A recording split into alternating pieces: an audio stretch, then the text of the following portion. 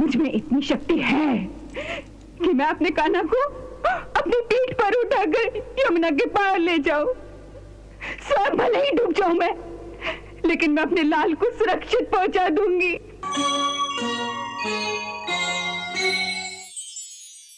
ऐसी विकट परिस्थिति में बुद्धिमानी यही कहती है कि यदि सब धन जाता देखिए तो आधा दीजिए लुटाए।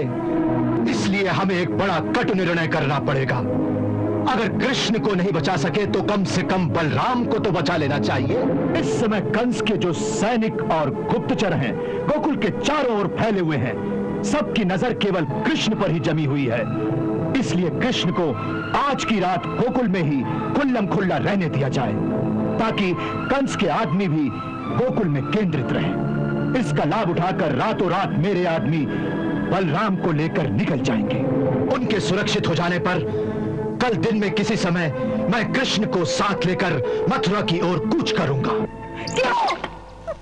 मेरा ही पुत्र इतना सस्ता है कि उसे इस प्रकार खुल्लम खुल्ला दिन के उजाले में बलि की वेदी पर भेज दिया जाए?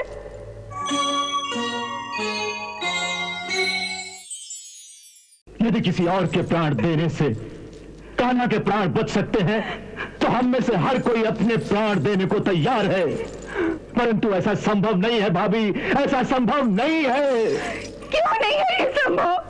क्यों नहीं है ये संभव? क्योंकि ये देवी देवकी की आज्ञा है। उसे मेरे पुत्र की बलि देने की आज्ञा देने का क्या अधिकार है?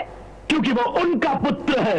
नहीं, नहीं, वो देवकी का पुत्र नहीं है। वो देवकी का पुत्र नहीं है।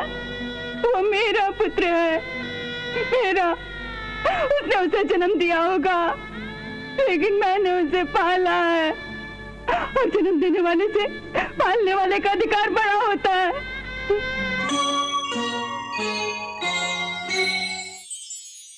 मेरा ही पुत्र इतना सस्ता है कि उसे इस प्रकार खुल्लम खुल्ला दिन के उजाले में बलि की वेदी पर भेज दिया जाए।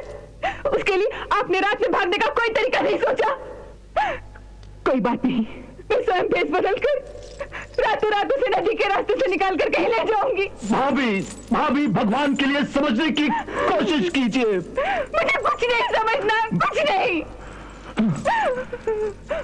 मुझ में इतनी शक्ति है कि मैं अपने कान्हा को अपनी पीठ पर उठाकर यमुना के पार ले जाऊं।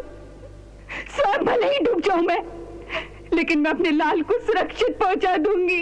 यदि किसी और के प्राण देने से कान्हा के प्राण बच सकते हैं तो हम में से हर कोई अपने प्राण देने को तैयार है, परंतु ऐसा संभव नहीं है भाभी, ऐसा संभव नहीं है।